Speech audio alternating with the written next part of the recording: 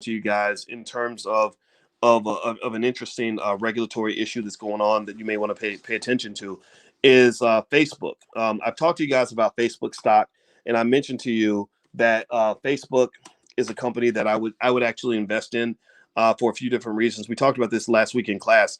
But basically, Facebook is under a tremendous amount of fire. I mean, it's really crazy because basically they they're just there's one hit piece after another. Right now, Mark Zuckerberg is he's literally public enemy number one, and it's getting to be crazy.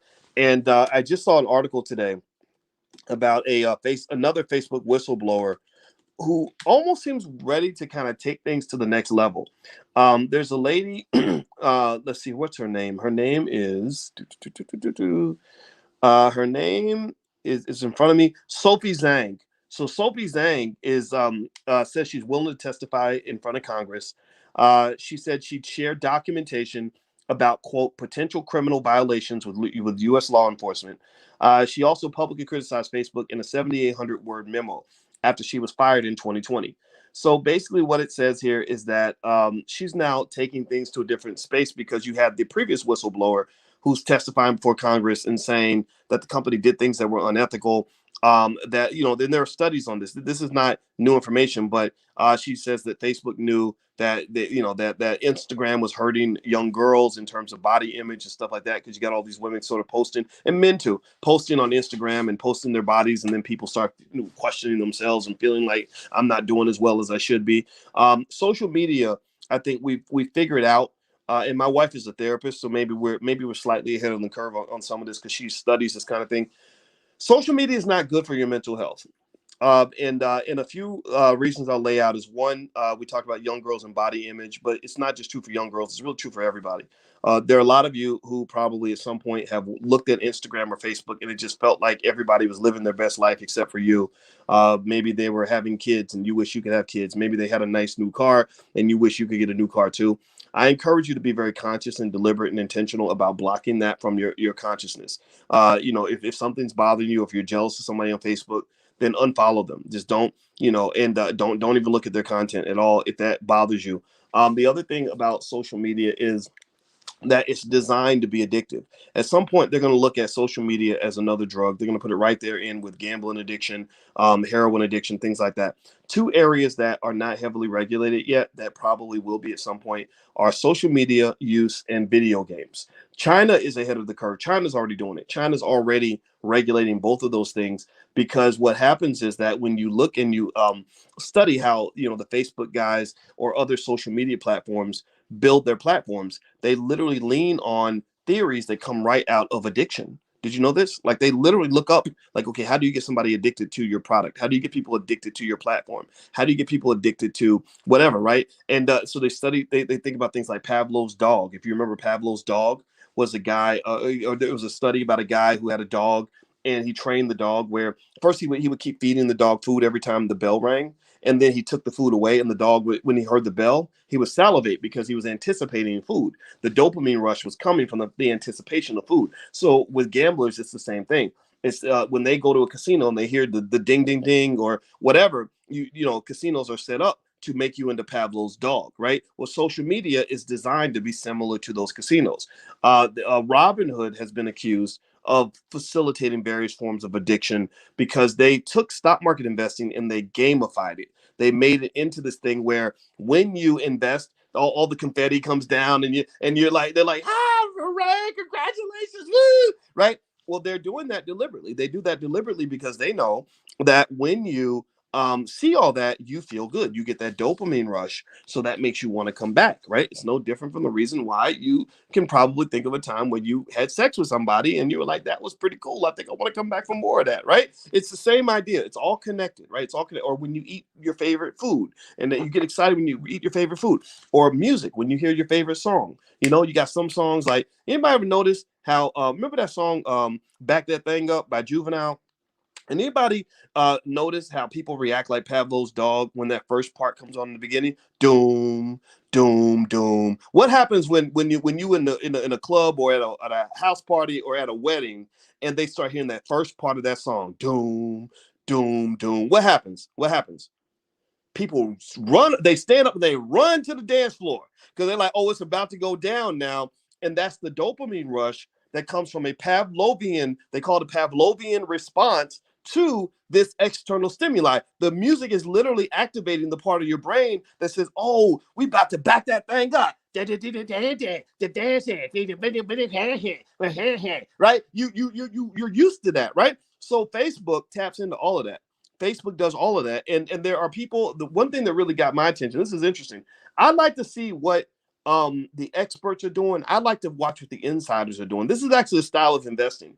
There are literally people who invest based on what the insiders do. When the insiders buy, they buy. When the insiders sell, they sell. That makes sense, right? Because you're looking at people who know more than you, and you're like, look, I don't want what you tell me I should want. I want what you want. What are you gonna eat? What are you gonna do next? Because I'm gonna follow you, right? Oh, you're telling me to get the jab? Okay, well, did you get the jab?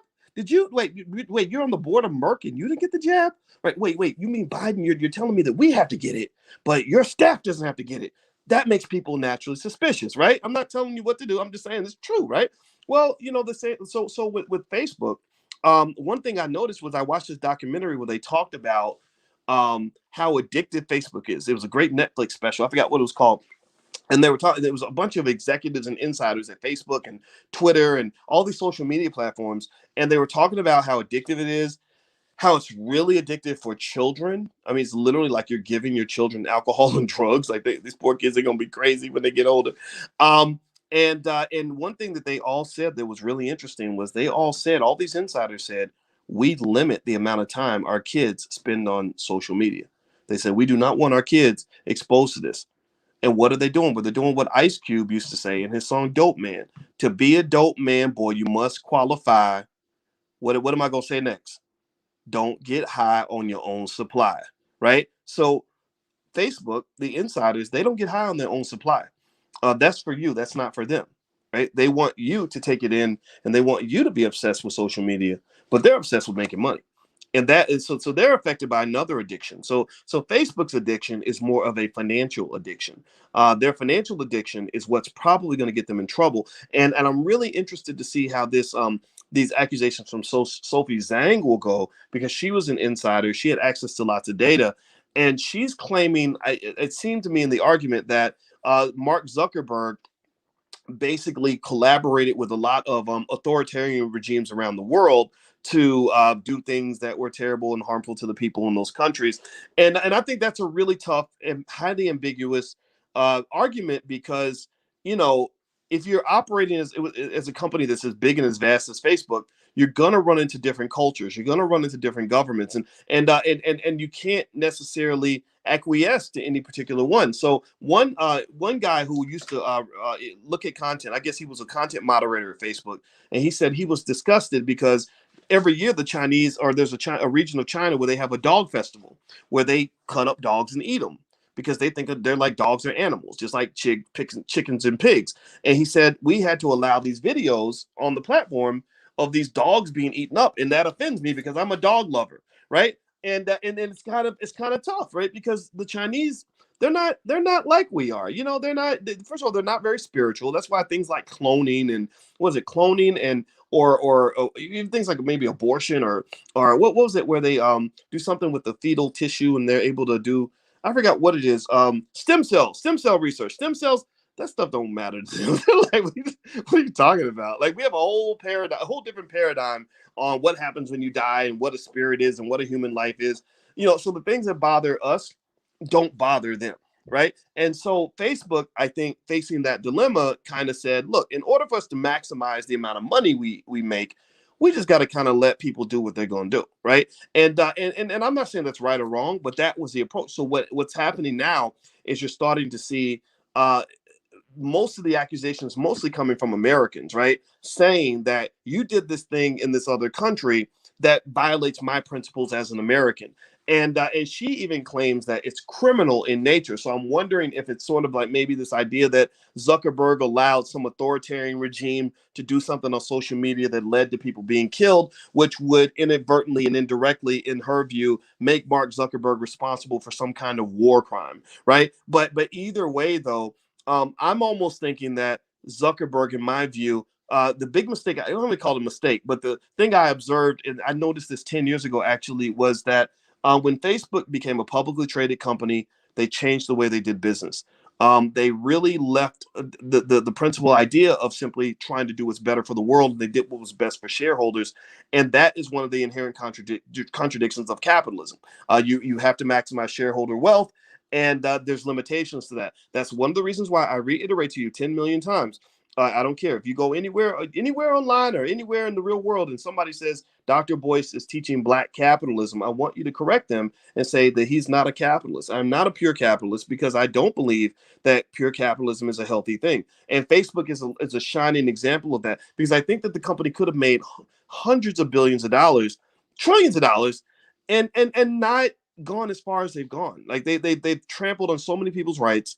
They've harmed so many people throughout the world, despite the fact that they've done some good. I told you the story about how I found my long lost son on Facebook. He wasn't my biological son, but I raised him. I knew him when he was a baby, and I raised him until he was 5, and I hadn't seen him for over 10 or 15 years because, things happen in relationships. And I found him on Facebook. I'll always be grateful to Facebook for that, right? But then there's the darker side of great people like Rizza Islam, who actually Rizza is coming to the All Black National Convention, and I welcome him with open arms because I respect Rizza tremendously as a great young black leader. But Rizza Islam can't keep a Facebook page. They block him every time they see him. Louis Farrakhan, a man I admire immensely, can't get anything on Facebook. You mention his name, they block out his name. So these technocrats have kind of an authoritarian regime that is on one hand very profitable, but on the other hand, it's gonna eventually collapse because eventually all the chickens are gonna come home to roost. So Facebook has made enemies of both the Democrats and the Republicans. The Republicans are mad because of censorship. The Democrats are mostly angry due to wealth inequality, and then also they're making the Democrats angry when all these other issues come up that lead to these core violations of issues liberals believe in. Things like feminism or whatever the case may be, or LGBT or whatever. Right. So it's going to be interesting to see how it plays out. If I were Mark Zuckerberg, I would literally resign right now. Like I literally would just quit I would say, you know what? I've decided that it's time for me to move to a new chapter in my life. So I'm going to take my $200 billion and I'm going to bounce. I will still be on the board, but I am not running Facebook anymore. We got a fresh new face. She's going to be great. I would literally pick a woman, to be honest with you. And then I would bounce out and go off into the sunset, because I think at some point he's gonna come down, and I wouldn't be surprised if it ends up being jail, because in China they have a saying that says the fattest pig always gets slaughtered, and you are hard pressed to find a fatter pig than Mark Zuckerberg, who is the face of a company that's worth almost $1 trillion. So that's my 2 cents. That's what I believe, and that's what I think is going to happen. Now let me move to your next question here. One of you submitted a question today. And by the way, if you want to submit your question, just log in for next week's class. Just log in at the blackstockmarketprogram.com. Leave your question for me. I will answer your questions first in class. The blackstockmarketprogram.com. All right, so let's see here. Dr. Boyce, in your investment class, well, let me mention the person's name. I'm sorry. Terrence Williams says, Dr. Boyce, in your investment course, you mentioned flawed stock market models. Are there any models you agree with that do work as good guidance for investing and or stock market analysis? Well, if you're talking about long-term wealth accumulation, the model honestly is not that complicated. It's based on what they call the efficient markets hypothesis, which basically says that if you buy a wide basket of stocks, if you spread your money out, you don't put all your money in one place, and you hold those stocks for a long period of time, then you're probably going to make money. There's no time in the history of the world where a person, I don't care if you give me a 4-year-old who's developmentally slow, a 4-year-old, and let's say it's a 4-year-old who's developmentally slow, and the person is not a person. Let's say it's a monkey, a 4-year-old monkey who's developmentally slow. There's never been a time in the history of this world where that person could not buy a basket of stocks, hold the stocks, and eventually make money. The key idea is not to overthink it. Now, there are more nuances that come into play, right? When you get to the point where you start to, select a little more carefully, perhaps based on what industries you want to be in, or maybe get into industries outside of the stock market, that's fine as well. But literally, that model does work. And so one of the things that don't work typically is a lot of fast trading, like moving your money around constantly. That hasn't been proven to be a real effective strategy. Everybody will kind of tell you they can predict which stock is going to do well next week and all this. And the thing is, it's hard to prove them wrong. It's hard to prove that they're not um, good at what they do, because typically people don't actually collect the data and really look and see how did their trades actually work out. So I'm not telling you that not to do all those things. I mean, you can make it as fun as you want to, but the reality is that that long-term buy and hold diversification strategy works out pretty well. The other thing you might calibrate is your risk tolerance, right? So a person who is, say, older, who doesn't want a lot of risk, might take on certain stocks that have a low what they call low beta. Low beta is stocks that don't move a lot. Think of them like think of the economy like a big ocean of water, and a stock with a low beta that doesn't move much is like a big tanker that's like the biggest ship in the water. And so if a wave comes through, you're going to hardly feel the wave. Or a gigantic cruise ship. If you've ever been on the big Royal Caribbean cruise ship or something, you notice you don't even feel the water. You literally, if somebody put a blindfold on you and then took it off and put you in the middle of the ship, you wouldn't even know you were on the ship because you don't feel it, right? Whereas the little dinghies kind of go up and down, up and down. So some of these penny stocks that people tell you to go chase after, there's a lot of volatility there, a lot of risk there. Things like Shiba Inu coin, a lot of risk there, a lot of volatility there. And that speaks to people's excitement, people's appetite for risk taking and gambling. That's kind of that's kind of emerged through time. It's not a bad thing. It's just a thing. But I just want you to make sure you know that gambling is not the same as investing. Just keep that in mind. Okay. And by the way, so some of you were asking about the Forex class and the Forex master lecture that we're doing this week. If you go to b1forex.com, B in the number 1forex.com, that's where you can go take a look. Use the code word Dr. Boyce and you can get 20% off. The specials over, the 48% off special ended at midnight, but you can still get 20% off if you use the code word Dr. Boyce. And it's B in the number 1forex. And then also one of you were asking about the education program, or how to get all access to the Black Business School. If you want to take a look at that, go to allblackeducation.com. We have this package where you can get just sort of everything for your whole family, and lifetime membership, all that stuff. So feel free to go to allblackeducation.com. All right. So let's see. Francis says, I've been following your investment advice with great success. Any advice in paying off debts? Yeah, well, I was in Atlanta not too long ago. We were buying some real estate there, and we actually have a Black Business School office in the Black House down in South Atlanta now. It's so we are officially we officially planted our flag in Atlanta, and we actually are about to sign some on some property in Atlanta, because Atlanta is a place I want to develop some infrastructure there in terms of filmmaking, as well as some other things I want to do. And when I was there in Atlanta, I went to breakfast at this great restaurant. I wish I could remember the name of it, because it was a Black-owned business, and I should be saying the name, but I can't remember the name, so I won't say it. But I went to breakfast there, and I was with Jay Morrison and his wife Ernestine, who are very good people, very smart people. And a guy came up, a security guard came up, and he asked me. He was a big, bulky guy with a beard, and he walked up. I was like, "Oh, is there a problem, officer? Is everything okay?" And he said, "Yeah, Dr. Boyce, actually, I want to ask you a question." And I said, "Yeah, what's going on, man? How can I help you?" And he said, I want to invest, but I have credit card debt. Should I pay off my credit card debt first, or should I go ahead and start investing?" And I said, and so here's what I asked him. I said, "How much interest are you paying in the credit card debt?" He said, 29%. I said, boom, there's your answer right there. Because if you invest in the stock market, you might make a profit. You might lose money, right? You might make 10% one year, maybe 20%, maybe even 40%, or you might lose 20%. I said, but if you pay off the credit card debt, then you're guaranteed to make 29%, because you're guaranteeing that you're not going to be paying the 29% out that you're paying to keep that credit card. So I would make credit card debt my number one priority, because that's the best kind of investment there is. It's guaranteed. You're guaranteed to get 29%. A penny saved is a penny earned. So if I'm saving 29%, that's the same as earning 29%. Now, I said one thing you want to keep in mind, though, is that the main thing more important than the growth or interest growth of your assets, or the inflation you're paying on your assets, is liquidity. Liquidity is important. I think it even makes sense to pay a high interest rate to maintain liquidity, right? So I said, what you don't want to do, in my view, is use all your extra cash for the credit card. You probably want to hold some of that money back, maybe keep it in some liquid assets, keep it in, your stock portfolio where you can sell your stock in case you run into a tough situation. Because the biggest thing I've noticed for most people, most of us, is that the big threat is some financial emergency coming along that just kind of rocks the whole boat, rocks your whole financial boat. And so, and in fact, actually, I think that I'm actually doing a podcast with. This is another reason why I'm happy to get a place in Atlanta. Is I'm actually going to do a podcast with this platform called Push Black, and there's some really great Black folks down there, and I really love them, and I really wanted to work with them, so I'm really happy about that. And actually, on today's episode, we were actually going to talk about things like emergency funds, and one of the things I noticed in studying this is that I think they said most Americans, I want to say 60% of all Americans, don't have $1,200 available in cases of financial emergency. Now, here's the other part of that terrible statistic.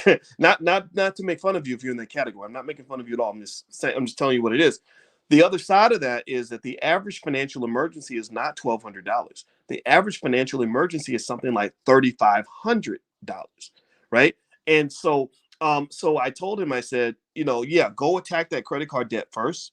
Invest a little bit in the stock market if you want, but stay liquid. You got to stay liquid and you got to stay mobile, because if worse comes to worse, like if the house is burning down, even if you have to go deeper in debt temporarily, that's okay. That's what the U.S. government did. When the U.S. government's economy crashed, that was the equivalent of a financial emergency, right? And what did they do? Well, they went to the company credit card. Now, this past year, the U.S. government spent twice as much as it brought in income.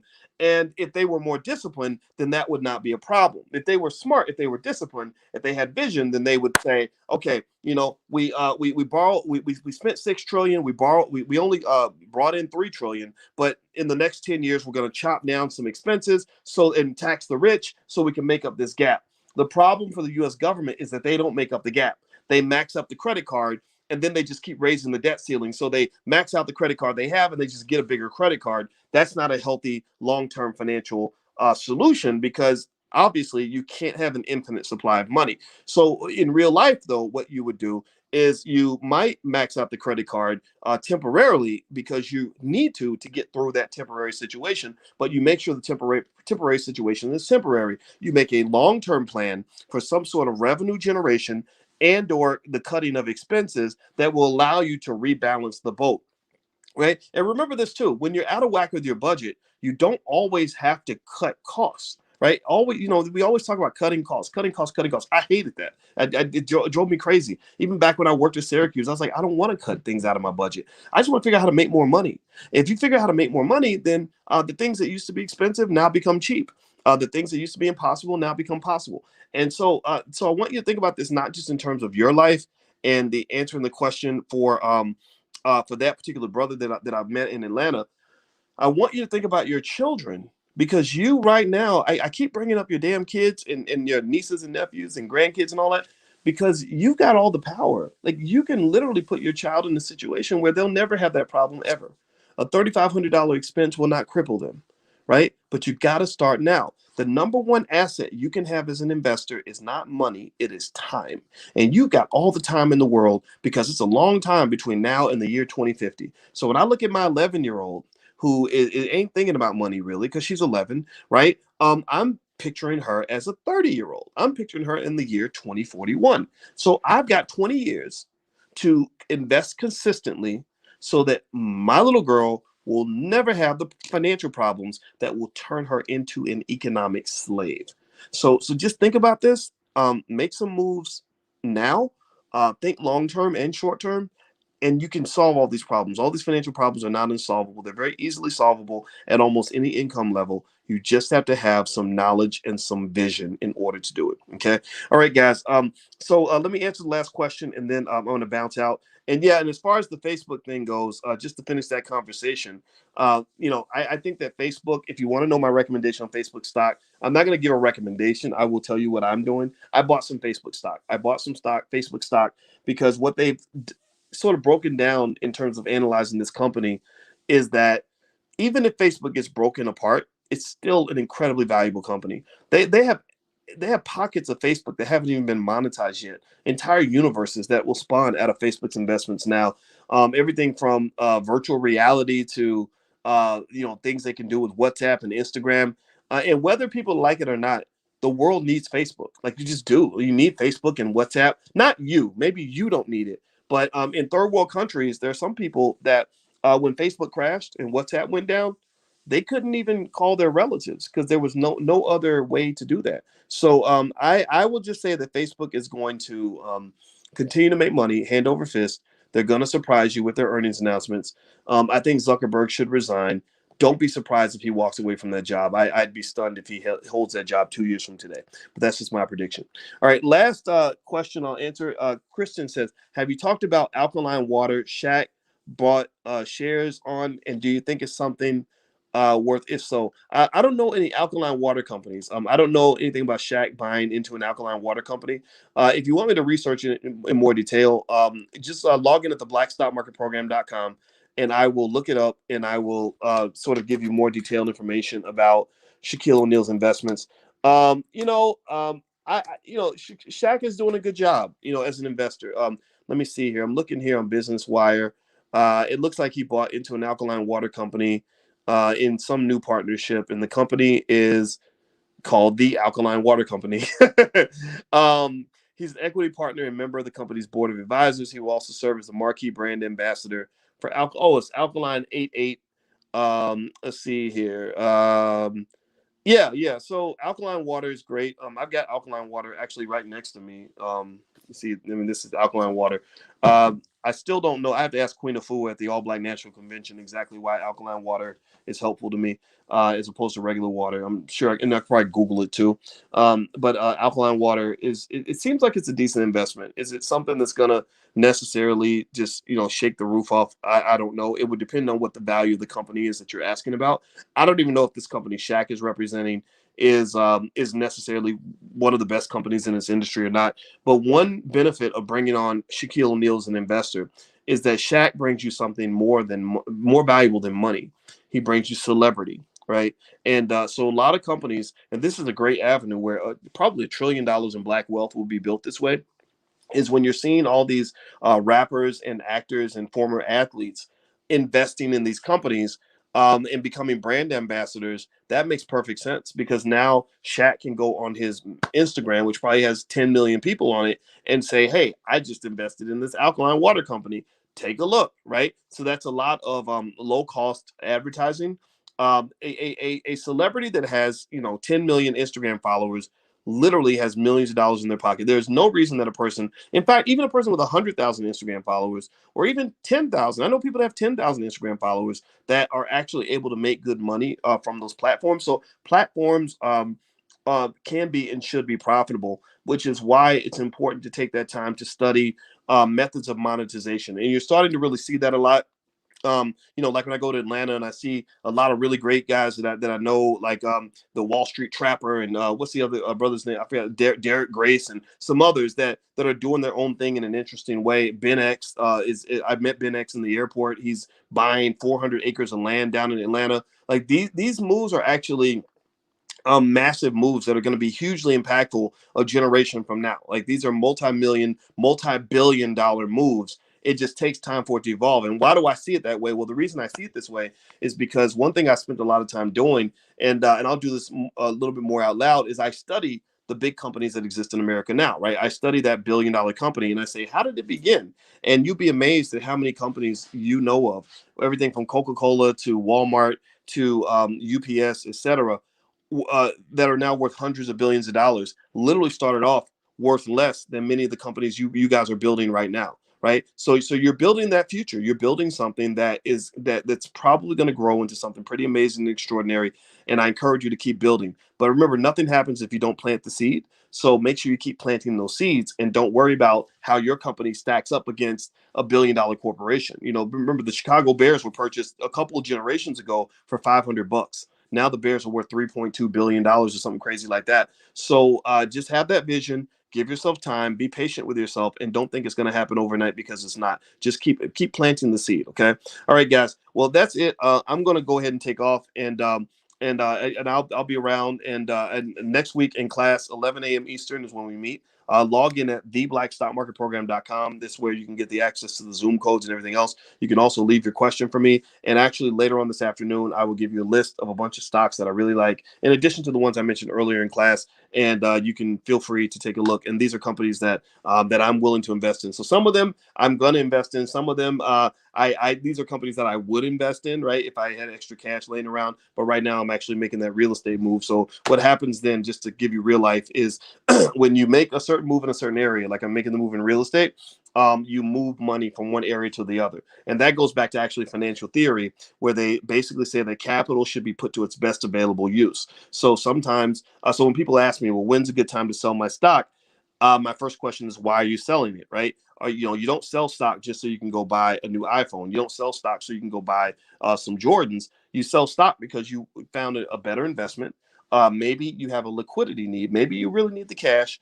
Or maybe you found you just want to diversify, right? That's why millionaires and billionaires sell their stock. They sell their stock for a reason. They don't just sell it so they can go out and buy some Gucci bags and go to dinner at Popeye's Chicken, right? So just keep that in mind. So elevate your thinking on that. Make sure you don't get caught in that other space, because the stock market is not a casino. It's a place where you build long-term family wealth. All right, guys. I'm out of here. Please have a good day, and I will see you all next week. Take care. Bye bye.